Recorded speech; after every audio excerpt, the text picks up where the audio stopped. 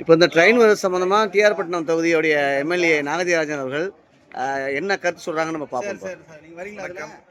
தலைவர் நல்லா இருக்கீங்களா? கிட்டத்தட்ட ஒரு 20 ஆண்டுகளுக்கு மேலே நான் என்ன சொல்ல போனால், நான் சிறு வயதில் என்னுடைய சிறிய தந்தையார் வீடு வந்து இங்கே புளியங்கோட்டை சல்ல இருந்தது. அப்போ நான் சின்ன வயசில் மாற்றி பார்ப்பேன் அந்த ட்ரெயின் இங்கே வந்துட்டு போகிறது. அதற்கப்புறம் கிட்டத்தட்ட ஒரு 20 ஆண்டுகளுக்கு மேலே ஆயிடுச்சுன்னு நினைக்கிறேன். முதல் முறையாக இது டெம்பரரியாக இருந்தாலும் அதை பார்க்கறதுக்குன்னு ஒரு உற்சாகம், ஒரு ஆர்வம்.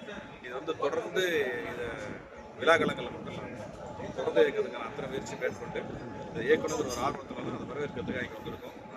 நீங்கள் உங்களுடைய ஆர்வம் எவ்வளோங்கிறத நாங்கள் தெரிஞ்சுக்கிட்டோம். ஏன்னா நீங்கள் பல வேலைகளை விட்டுட்டு, அதுவும் இன்னைக்கு விநாயகர் சதுர்த்தி பல முகூர்த்த நாள் இருக்கும்போது நீங்கள் அதை விட்டுட்டு வந்திருக்கீங்க.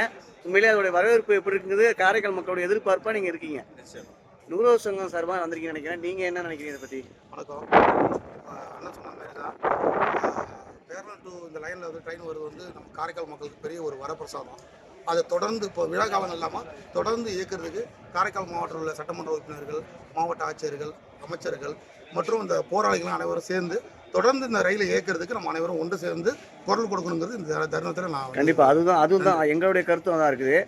இப்போ இந்த இளம் தலைவர் காரைக்காலோட இளம் தலைவர் சூர்யா அவர்களை ரயில்வே பயணிகள் சங்கத்துலேயும் இப்போ இதாக பொறுப்பில் இருக்கார். அவர் என்ன கருத்து சொல்கிறாருன்னு பார்ப்போம். அனைவருக்கும் வணக்கம். சிறு வயதில் பார்த்தது நம்ம அந்த பேரளம் வழித்தடத்தில் ரயில் போய் அதுக்கப்புறமா இப்போ எனக்கு கிட்டத்தட்ட 42 வயசு ஆகுது. இப்போ தான் அந்த வழித்தடத்தில் வருது. இது வரத்துக்காக பல முயற்சிகள் எல்லோரும் எடுத்தாங்க. அண்ணன் ராஜா முகமது கூட எங்களை எல்லாருமே திருச்சிக்கு அழைச்சிட்டு போய் ஒரு மிகப்பெரிய போராட்டத்தை நடத்தி அங்கே உள்ள ராஜாவும் இல்லை எல்லாரும் போனோம். இருந்தாலும் ரொம்ப ஆர்வமாக அழுத்தம் கொடுத்தது ராஜா முகமது நானா தான். அதை சொல்லணும்ல நம்ம அதெல்லாம் செஞ்சாங்க. அங்கே சட்டமன்ற உறுப்பினர்கள், முன்னாள் பாராளுமன்ற உறுப்பினர் எல்லாருமே வந்திருந்தாங்க. அந்த அழுத்தத்தின் விளைவாக இன்றைக்கி வந்து இந்த காரைக்காலில் நின்று செல்லக்கூடிய அந்த ரயில் வந்து இன்றைக்கி வந்து வருது காரைக்காலுக்கு.